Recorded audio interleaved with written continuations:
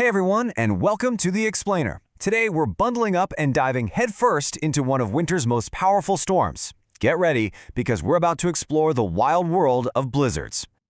We all love a good snow day, right? Building snow forts, sledding down hills, it's the best.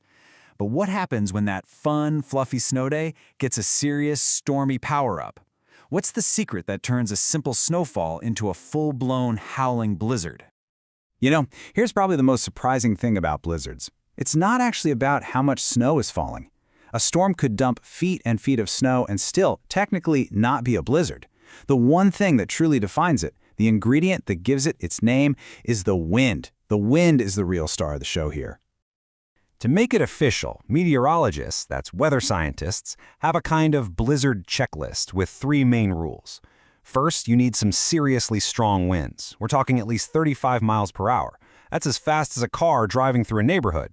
Second, all that wind has to be blowing so much snow around that you can barely see. And third, these wild conditions can't just be a quick gust. They have to keep going for at least 3 hours straight. So that's the combo: wind, can't see a thing visibility, and time.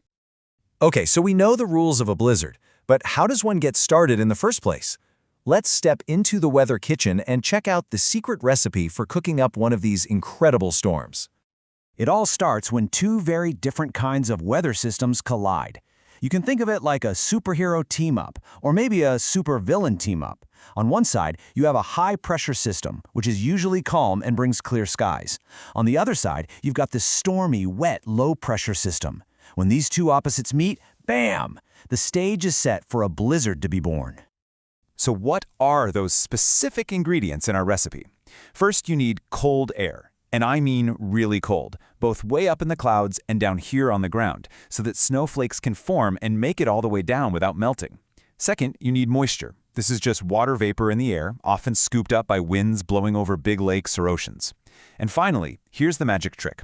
Warm, moist air gets pushed up and over that cold air. As it rises, it cools down, and all that moisture squeezes out into tons and tons of snowflakes.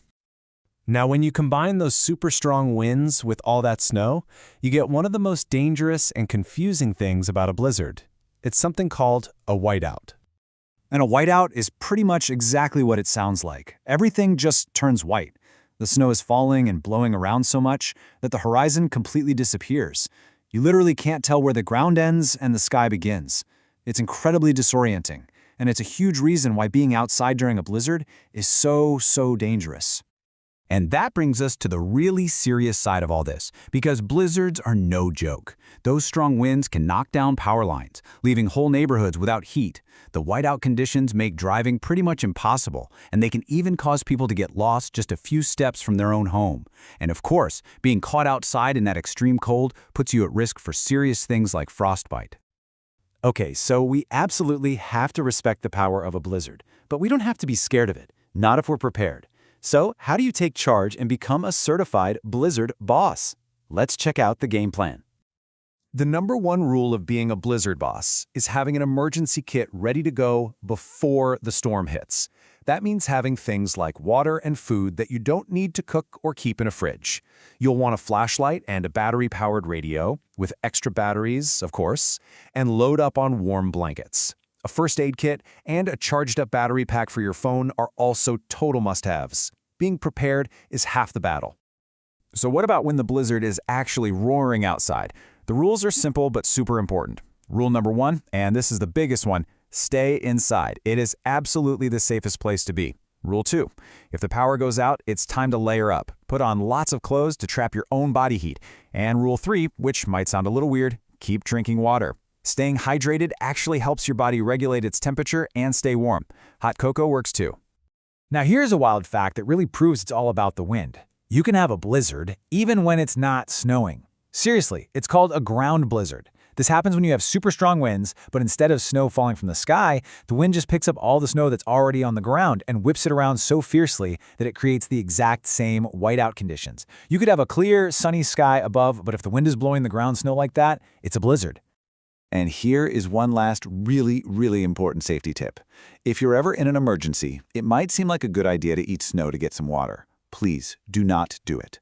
Your body has to use up its own precious energy and heat to melt that snow inside of you, and that actually makes you colder and puts you in even more danger. So, what's the big takeaway from all this? Blizzards are one of nature's most awesome and powerful forces.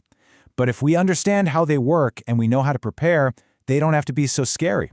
We can respect their power, grab some hot cocoa, get cozy, and watch from the safety of our window as winter puts on its greatest show. Thanks for watching. Stay safe and stay warm.